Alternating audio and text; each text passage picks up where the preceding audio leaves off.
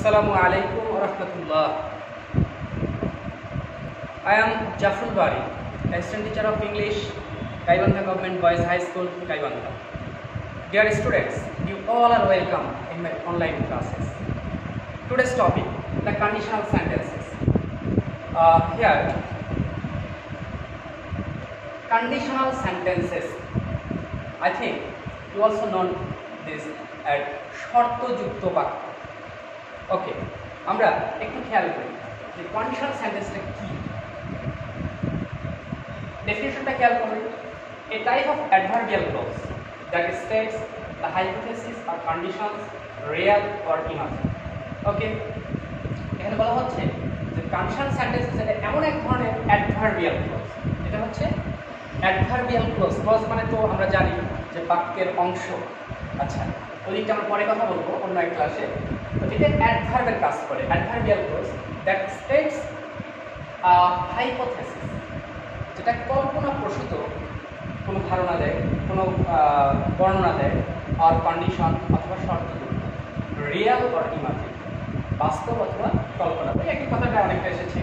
আচ্ছা, এরপরে এটার ডেফিনিশনটা আরেকভাবে আমরা ক্লিয়ার করতে পারি, যে ইলাবোরেট করলে a conditional clause may be introduced by the subordinate conjunction if or another conjunction such as unless, provided that, or in case of। অর্থাৎ এই কথাটা দ্বারা আমরা এটাই বুঝতে পারলাম যে কন্ডিশনাল সেন্টেন্সে আমরা শুধু ইফ কনজাংশনটা ব্যবহার করব না, এখানে আমরা আরও অনেক কনজাংশন ব্যবহার করতে পারি। ইফ ছাড়াও যেমন আনলেস ব্যবহার করতে পারি, প্রোভাইডেড দ্যাট ব্যবহার করতে পারি, অর ইন কেস অফ এটাও ব্যবহার করতে পারি। হ্যাঁ, এখানে আমরা আরেকটু পরবর্তী স্লাইডে আমরা দেখতে পাবো যে আমরা হোয়েনও ব্যবহার করতে পারি। ওকে, আমি একটু নেক্সট স্লাইডে যাচ্ছি। এটার আরও ডেফিনিশন আমরা আরেকটু বিস্তারিত করতে পারি এরকম যে conditional sentences are also known as the conditional clauses or if clauses. আচ্ছা, এটা এই যে কন্ডিশনাল সেন্টেন্স, এটার যে ক্লজ যেটা থাকে, এটাকে আমরা তো আগেই বললাম অ্যাডভার্বিয়াল ক্লজ, এটাকে আমরা আরও অন্যান্য নামে বলতে পারি, কন্ডিশনাল ক্লজও বলতে পারি, ইফ ক্লজেসও বলতে পারি। ওকে, আমি ডেফিনিশনটার থেকে একটু বের হতে চাচ্ছি যেহেতু আমাদের সময়ের স্বল্পতা রয়েছে। তো সব মিলিয়ে আমরা একটা কথাই বলতে পারি, a condition happens if something else occurs. অর্থাৎ এই কন্ডিশনাল সেন্টেন্স তখনই হয়ে থাকে, মানে শর্তটা তখনই হয়ে থাকে যখন কোনো কিছু শর্তের উপর ডিপেন্ড করে হয়ে থাকে, কোনো কাজ হয়ে থাকে, শর্তের উপর ডিপেন্ড করে কোনো কাজ হয়ে থাকলে তখন সেটাই হয়ে যায় কন্ডিশনাল সেন্টেন্স। অর্থাৎ আমরা আমাদের মতো করে বলতে পারি শর্তযুক্ত বাক্য, অর্থাৎ একটা কাজ হলে আরেকটা হবে, এরকম আর কি। ওকে, তো প্রিয় ছাত্র বন্ধুরা, আমরা একটু এর প্রকারভেদটা দেখে নেই যে এই কন্ডিশনাল সেন্টেন্স তোমরা জানো যে আমরা সাধারণত এটা পড়ে আসছি যে বিশেষ করে বাংলাদেশি রাইটারদের যে গ্রামার বইগুলো আছে এগুলোতে আমরা দেখে থাকি 3 ধরনের কন্ডিশনাল সেন্টেন্স পাওয়া যায়। কিন্তু আজকে আমরা একটু নতুনভাবে দেখব যে এখানে কন্ডিশনাল সেন্টেন্স 4 প্রকার। কীরকম? যে জিরো কন্ডিশনাল, এরপরে কি first conditional, second conditional, third conditional. আমরা এগুলোকে একটু আলাদাভাবে আরও ভিন্ন নামে আমরা জেনে থাকি। জিরো কন্ডিশনাল, এটাকে আমরা বলে থাকি প্রেজেন্ট কন্ডিশনাল, এটাকে বলতে থাকি সেকেন্ড কন্ডিশনাল, এটা হচ্ছে থার্ড কন্ডিশনাল। সরি, এটা হচ্ছে সেকেন্ড কন্ডিশনালটাকে আমরা বলে থাকি ফার্স্ট কন্ডিশনাল, আর থার্ড কন্ডিশনালটাকে বলে থাকি যে পারফেক্ট কন্ডিশনাল। ওকে, আমরা এটা নিয়ে আরেকটু বিস্তারিত আলোচনা করবো এক এক করে। তো আমরা এবার দেখি জিরো কন্ডিশনালটা কি। এটা একটু নতুন টপিক, আমরা সাধারণত বাংলাদেশি রাইটারদের বইয়ে এই বিষয়গুলো পাওয়া যায় না। আবার যারা নেটিভ ইংলিশ তাদের কলোকিয়াল ল্যাঙ্গুয়েজে, অর্থাৎ প্রচলিত তাদের কথোপকথনে এই জিরো কন্ডিশনালটা তারা ব্যবহার করে থাকে। আচ্ছা, তো এবং বাইরের রাইটারদের বই যদি তোমরা পড়ো তখন দেখবে যে জিরো কন্ডিশনালটা সেখানে পাওয়া যায়। ওকে, আমরা জিরো কন্ডিশনাল সম্পর্কে এবার একটু দেখি। জিরো কন্ডিশনালটা কি? জিরো কন্ডিশনালটা হচ্ছে, আমরা এই অংশটা পরে পড়ি, থেকে স্ট্রাকচারটা দেখি জিরো কন্ডিশনাল কেন হলো। আচ্ছা, ইফ অথবা হোয়েন, আমি আগেই বলেছিলাম যে হোয়েন একটা কনজাংশন আছে যেটা ইফের ইকুয়াল এই টপিকটাতে। আচ্ছা, ইফ ইকুয়াল টু হোয়েন, এখানে হচ্ছে if oblique when, present simple, অর্থাৎ এই অংশে প্রেজেন্ট ইনডিফিনিট টেন্স হলে এই অংশে প্রেজেন্ট ইনডিফিনিট টেন্স হয়ে থাকে। আচ্ছা, এখন এই জিরো কন্ডিশনটা কখন হয়? এবার আসি আমরা এখানে। আমরা তো এতদিন পড়ে এসেছি যে এপাশে প্রেজেন্ট ইনডিফিনিট টেন্স হলে এই পাশে ফিউচার ইনডিফিনিট টেন্স হয়, যেটাকে আমরা ফার্স্ট কন্ডিশনালে জানবো। তো এখানে আমরা একটু দেখি এই জিরো কন্ডিশনালটা কখন হয়ে থাকে। জিরো কন্ডিশনাল হচ্ছে ইউজেসটা দেখি ইউনিভার্সাল ট্রুথ। যখন আমরা মানে কোন চিরন্তন সত্য বিষয়টাকে আমরা প্রকাশ করতে যাব, তখন ইউনিভার্সাল ট্রুথ বা চিরন্তন সত্য প্রকাশ করতে গেলে আমরা এই জিরো কন্ডিশনালটা ব্যবহার করব। আচ্ছা, এরপরে কি অবভিয়াস থিংস, যেটা স্পষ্টত আমাদের কাছে এরকম, মানে একই রকম, কোনো চেঞ্জ নেই এরকম। আচ্ছা, এটাকে আমরা আবার একটু আমাদের ব্যাক স্লাইডে যাই, যেটা হচ্ছে এখানে একটু আরো ভালো দেওয়া আছে, facts which are generally true or scientific facts, the condition always has the same result. Okay, please be attentive. এখানে কি এটা হচ্ছে এই অংশটা কন্ডিশন আর এই অংশটা রেজাল্ট। এটা হচ্ছে কন্ডিশন, এটা রেজাল্ট। তাহলে এই শর্ত মানে এটা হলে এটা হবে, এবং এটাকে বলা হচ্ছে যে কি অলওয়েজ দ্য সেম রেজাল্ট। এই রেজাল্টটা সেম, সেক্ষেত্রে মানে এই রেজাল্টের কোনো পরিবর্তন হচ্ছে না। আমরা খেয়াল করি, if you stand in the rain you get wet. আচ্ছা, যদি তুমি বৃষ্টিতে দাঁড়াও, বৃষ্টির মাঝে গিয়ে দাঁড়াও, তাহলে তো ভিজবে, এটাই স্বাভাবিকতা নাকি? বৃষ্টির মাঝে দাঁড়ালে আমাদের গা শুকিয়ে যায়, এরকম তো নয়। এরকম যদি হয় যে রেজাল্ট একই রকম, সেক্ষেত্রে আমরা এই জিরো কন্ডিশনাল ইউজ করবো। জিরো কন্ডিশনাল স্ট্রাকচারটা কীরকম আমরা জেনেছি যে ইফ যুক্ত বাক্যের এই অংশটা প্রেজেন্ট ইনডিফিনিট টেন্স হলে পরের অংশটাও প্রেজেন্ট ইনডিফিনিট টেন্স হয়। তাহলে বোঝা গেল, if you freeze water it turns to ice. যদি তুমি কী করো, পানিকে ফ্রিজিং করো, জমাটবদ্ধ করো, তাহলে কী হবে? সেটা লোহায় পরিণত হবে না, সেটা পাল্টায় কি আইসে পরিণত হবে। তাহলে এই যে রেজাল্টটা একই রকম হচ্ছে, এটা একটা ফ্যাক্টর। এই সময় আমরা জিরো কন্ডিশনটা ব্যবহার করে থাকি। ওকে ডিয়ার স্টুডেন্টস, এটা স্ট্যান্ডার্ড ল্যাঙ্গুয়েজ বা স্ট্যান্ডার্ড রাইটিং স্কিলের ক্ষেত্রে তোমরা এই বিষয়টাকে খুব হয়তো পাবে না, তবে এটা কলোকিয়াল ল্যাঙ্গুয়েজে খুবই গুরুত্বপূর্ণ। আর যেহেতু আমাদের এটা কমিউনিকেটিভ ইংলিশ, আমাদের যে সিলেবাসটা রয়েছে এনসিটি থেকে প্রণীত, এটা কমিউনিকেটিভ ইংলিশ। এই কমিউনিকেটিভ ইংলিশের ক্ষেত্রে আমাদের কলোকিয়াল ল্যাঙ্গুয়েজটা খুবই জরুরি। ওকে, এরপরে আমরা আসি নেক্সট স্লাইডটা দেখি। আমাদের কাছে কি ফার্স্ট কন্ডিশন। ফার্স্ট কন্ডিশনের আরেকটা নাম আমি বলেছিলাম, কি বলতো? এটা হচ্ছে প্রেজেন্ট কন্ডিশনাল। ওকে, প্রেজেন্ট কন্ডিশনটা কি? প্রেজেন্ট কন্ডিশন হচ্ছে যে বর্তমানকালের কোনো কাজ করা হলে সেটা রেজাল্টটা ভবিষ্যতে হবে, মানে এই একটা কাজ এরকমভাবে করা হলে এর রেজাল্টটা এরকম হতে পারে ভবিষ্যতের সম্ভাবনা। ওকে, এটা কি কীরকম? আগে আমরা স্ট্রাকচারটা দেখি, তারপরে বাকিটা বুঝবো। স্ট্রাকচারটা এরকম, if present simple future simple. একটু খেয়াল করি, ইফের পরে প্রেজেন্ট সিম্পল অর্থাৎ প্রেজেন্ট ইনডিফিনিট টেন্স, তারপরে ফিউচার সিম্পল মানে কি ফিউচার ইনডিফিনিট টেন্স। আচ্ছা, আমরা একটু আবারও আগের স্লাইডটাতে যাচ্ছি। If it rains we will cancel the trip. একটু খেয়াল করতে হবে, এটার সাথে একটা তফাৎ আছে, যে কেন এখানে প্রেজেন্ট ইনডিফিনিট হলো, এখানে কেন ফিউচার ইনডিফিনিট হলো, আর এখানে কেন প্রেজেন্ট ইনডিফিনিট হলো, এই পাশেও প্রেজেন্ট ইনডিফিনিট হলো। এখানে একটা কথা বলা ছিল যে অলওয়েজ দ্য সেম রেজাল্ট, কিন্তু এখানে কি রেজাল্ট একই রকম? যে ইফ ইট রেইনস, যদি বৃষ্টি হয়, we will cancel the trip, আমাদের যাত্রা বাতিল করবো। আচ্ছা, এটিকে আসলে কি আমরা এটা এই বাক্যটা এরকম হতে পারতো কিনা? If it rains we cannot play football বা we will cancel our picnic, এরকম হতে পারতো, বা we will cancel বা we can't sleep, এরকম এটসেট্রা অনেক কিছু হতে পারতো। কিন্তু এক্ষেত্রে একটু খেয়াল করবো, if you stand in the rain you get wet, এটার কি কোনো পরিবর্তন আছে? নেই। সেক্ষেত্রে যেহেতু এখানে পরিবর্তন নেই, এই জন্য উভয় পাশেই একই রকম টেন্স ব্যবহার করা হয়েছে, প্রেজেন্ট সিম্পল প্রেজেন্ট সিম্পল। কিন্তু এখানে প্রেজেন্ট সিম্পল, এখানে কি বলা হয়েছে? ফিউচার ইনডিফিনিট বা ফিউচার সিম্পল বলা হয়। আচ্ছা, এটা বলা হয়েছে possible situation in the future predicting a likely result in the future. আচ্ছা, এই বিষয়টা আমরা একটু ডিটেলস দেখি।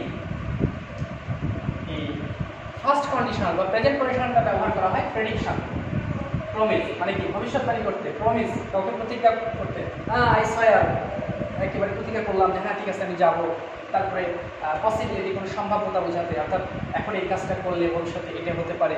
হ্যাঁ, আবার কি বলে কজেস অ্যান্ড কনসিকুয়েন্স। আচ্ছা, যেমন if I find him address I will send him an invitation, যে আমি যদি তার ঠিকানা খুঁজে পেতাম তাহলে আমি তাকে দাওয়াত করতাম বা আমন্ত্রণ করতাম। এই যে এই বিষয়গুলোতে আমরা কি দেখেছি যে এখানে প্রেজেন্ট ইনডিফিনিট টেন্স ব্যবহার হলে এখানে ফিউচার ইনডিফিনিট টেন্স ব্যবহার করতে হবে, ঠিক আছে। আচ্ছা, এখানে আরেকটা নতুন জিনিস আছে, ইফ প্রেজেন্ট সিম্পল ইম্পারেটিভ, এটা খেয়াল করতে হবে। ইম্পারেটিভ মানে কি? আদেশ করা, আদেশ সূচক। আচ্ছা, দেখি আমরা এরকম একটা example.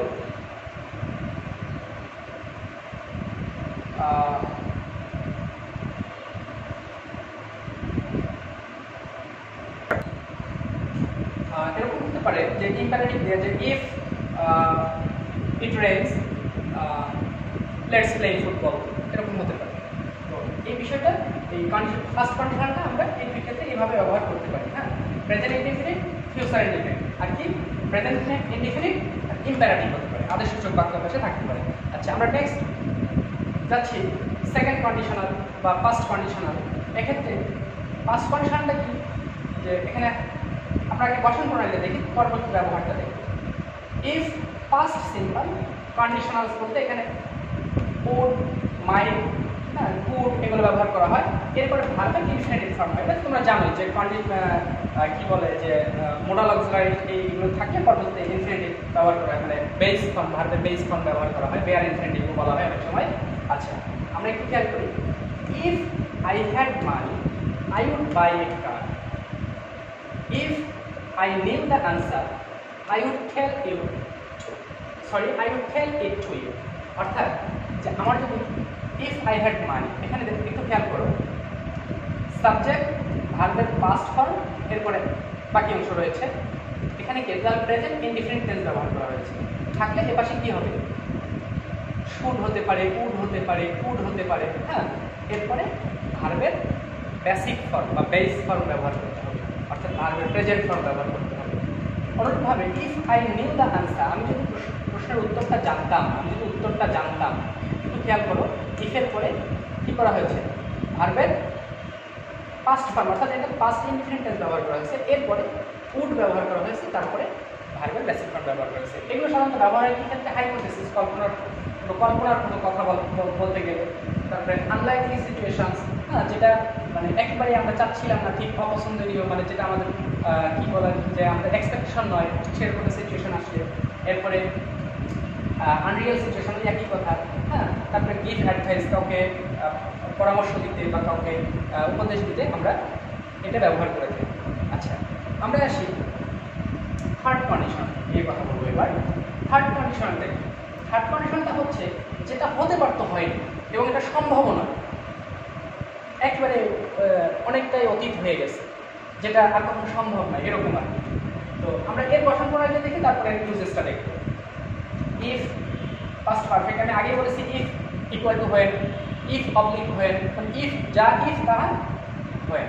Okay, if first perfect, এরপরে কন্ডিশনাল পারফেক্ট। এখানে পারফেক্ট কন্ডিশনাল হবে, যেরকম সেটা হচ্ছে এরকম যে উড হ্যাভ থাকবে, এরপর ভার্বে পাস্ট পার্টিসিপল ফর্ম। আচ্ছা, আমরা এক্সাম্পলটা দেখি। If you had work harder, যদি কঠোর পরিশ্রম অনেক বেশি, you would have first your exam, অর্থাৎ যদি তুমি আরও বেশি পরিশ্রম করতে, বা মানে পরিশ্রম করা বলতে এখানে আবার ওই কি বলে যে কুঠার দিয়ে কাঠ কাটা বা গাছ কাটা বা এরকম কঠোর পরিশ্রম নয়, আসলে এখানে স্টাডি করা বোঝাচ্ছে যে তুমি যদি খুব বেশি পড়াশোনা করতে, you would have first your exam. এখানে যে আমরা ব্লু কালার দিয়ে একটা মার্কিং করে দিয়েছি, একটু খেয়াল করো। ইফের পরে সাবজেক্ট, এরপরে অক্সিলারি ভার্ব হচ্ছে হ্যাড, এরপরে মূল ভার্বের পাস্ট পার্টিসিপল ফর্ম। এটা কোন টেন্সের ফর্ম? এটা তোমরা একটু খেয়াল করে দেখো তো। এটা হচ্ছে কি পাস্ট পারফেক্ট টেন্সের। এই এখানে কি বলা হয়েছে? পাস্ট পারফেক্ট হবে। এই অংশটা আমরা পাস্ট পারফেক্ট রেখেছি। তাহলে পরের অংশটাই কি হবে? সাবজেক্ট হবে, এরপরে উড হবে, উড হ্যাভ হবে অ্যাকচুয়ালি ভার্ব, এরপরে মূল ভার্বের পাস্ট পার্টিসিপল ফর্ম হবে। তো আশা করি তোমরা এটা বুঝতে পারছো যে থার্ড কন্ডিশনাল, আমি আবারও বলছি কি হবে? পাস্ট পারফেক্ট, এরপরে উড হ্যাভ বা শুড হ্যাভ বা কুড হ্যাভ বা মাইট হ্যাভ এরকম বসবে, তারপরে মূল ভার্বের পাস্ট পার্টিসিপল ফর্ম। ওকে, এগুলো ব্যবহার কীরকম? To express regret about a situation in the past, অর্থাৎ অনেকটা অতীতের কোনো কিছু নিয়ে হাহুতাশ করে ইস আমি যদি এটা করতে পারতাম, এই টাইপের। আবার হাইপোথেসিস অ্যাবাউট দ্য পাস্ট, ভবিষ্যৎকে নিয়ে কিছু কল্পনা মানে অনুমান করা, অতীতকে নিয়ে কোনো কল্পনা করা। এরপরে থিওরিটিক্যাল পাস্ট সিচুয়েশন, এটা বাস্তব, মানে আমরা তো একটু আগে বললাম কি হাইপোথেসিস, তার বিপরীত, অর্থাৎ বাস্তবসম্মত বিষয় কিছু নিয়ে অতীতের কোনো কথাকে নিয়ে এখন অনুমান করা। আচ্ছা, an impossible situation because it have already happened. Regret মানে পরিবর্তন অনুশোচনা, এটা এবং এটা অনেকটা একই রকম কথা। আর এই বিষয়টা হচ্ছে যে এমন কিছু বিষয় যেটা অতীত হয়ে গেছে, যেটা ইম্পসিবল আর করা যাবে না। যেমন আমি অনেক আগে এসএসসি পাস করে এসেছি, আমি যদি আমার এসএসসিতে রেজাল্ট খারাপ হয়ে থাকে, আমি যদি বলি, তো আমি যদি বলে থাকি যে আমার এসএসসিতে হয়তো আমার রেজাল্ট খারাপ হয়েছে, এখন আমি যদি ওই সময় ভালো করে পড়াশোনা করতাম তাহলে তো এসএসসিতে এই ক্লাসটা পেয়ে যেতাম। তো এই যে আফসোস, এটা কিন্তু আর সম্ভব না, আমার তো ওই এজটা পার হয়ে এসেছে। এই টাইপের কথাগুলো বলতে গেলে আমরা থার্ড কন্ডিশন ব্যবহার করি। তো আশা করি মনে থাকবে।